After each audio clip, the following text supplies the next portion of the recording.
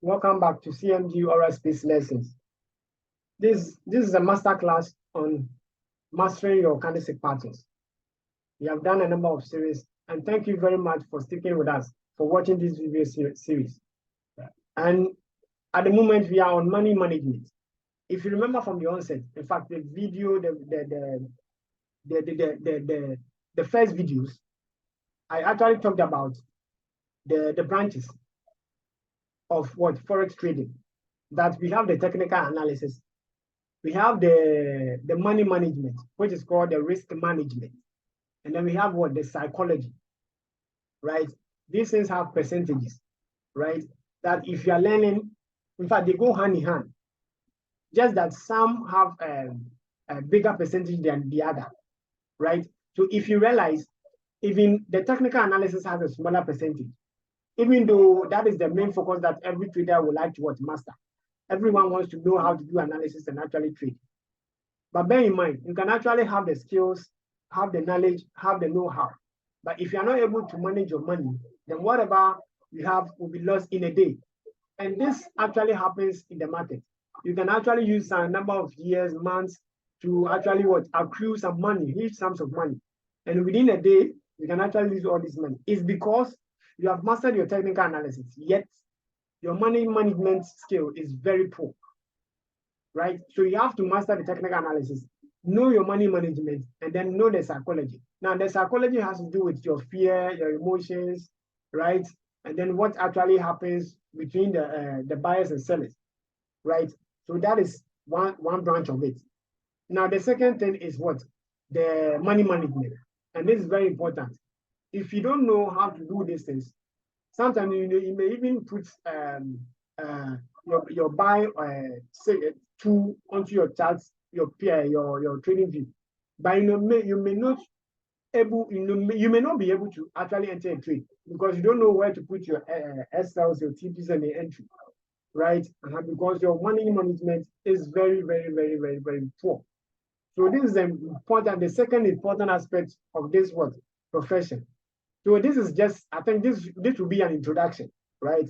Because this will actually be mastered when you are doing practicals, right? This, and then the technical analysis, and then sometimes it's only the psychology that can be learned in terms of theory, right? You can be reading about that, getting advice from that. So that is okay. But with the money management and then the technical analysis, you actually need proper practice. So we do that. So I'm just giving you an introduction to this. So we'll move that into the advanced lessons. So just stick with us this page, and then you have everything that you need. Now, money management trading rules. So far, you have learned how to identify high probability setups in the market.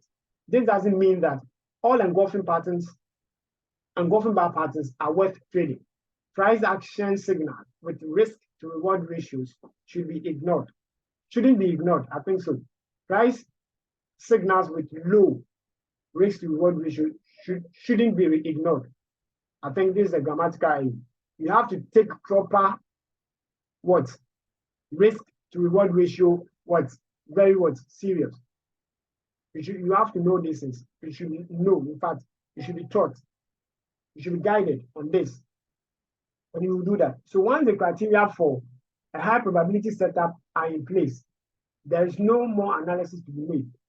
Just make sure your trade has a potential of 2 to 1 risk to reward ratio, right?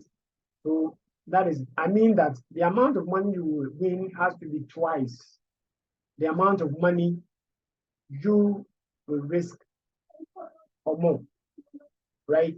So if you are losing, you lose small amount of money to make a big amount of money. So that is it. That is what it is meant by. So let's say your entry point is around this point. Your SL can be here, right? And then your TP can be here, right? So what it means that if you are risking $1, you risk $1 to actually make $2. So that is what it means. That ratios that we are talking about. You risk more amount, you make more.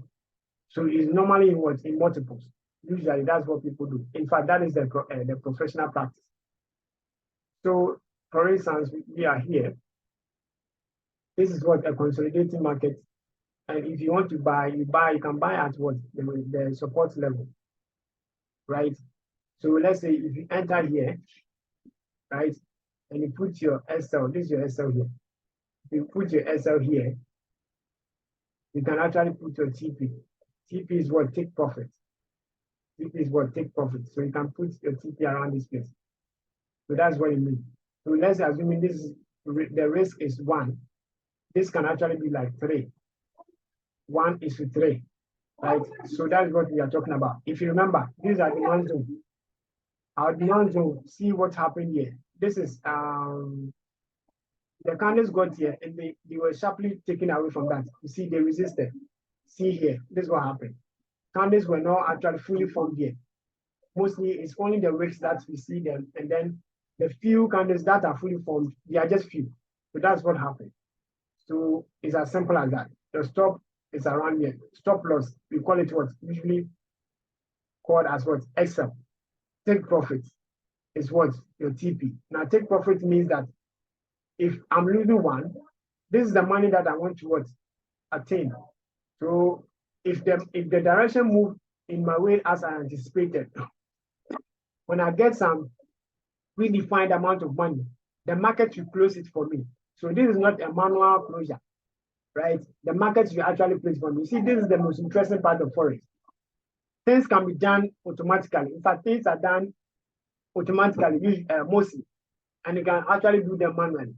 You can actually close the trade if you think the profit is okay, but it's not yet at the TP. You can close it. That is the manual. But usually things are done what? Automatically. So these are simple as that. Now, as you can see, all the conditions were in place to take a buying order. The market was ranging. As we discussed before, major demand and supply zones are the best price levels in sideways markets. The formation of an engulfing bar in the demand area is a good trading opportunity, but you have to look at the risk to reward to make sure that trade respects your money management rules.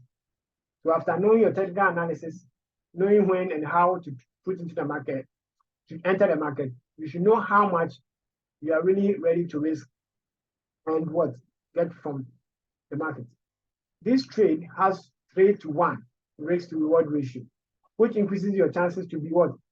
To be winner in the long term. Because if you risk $200 in this trade, you are likely to win $600. It's very important to calculate your risk to reward ratio before taking any single trade. Right.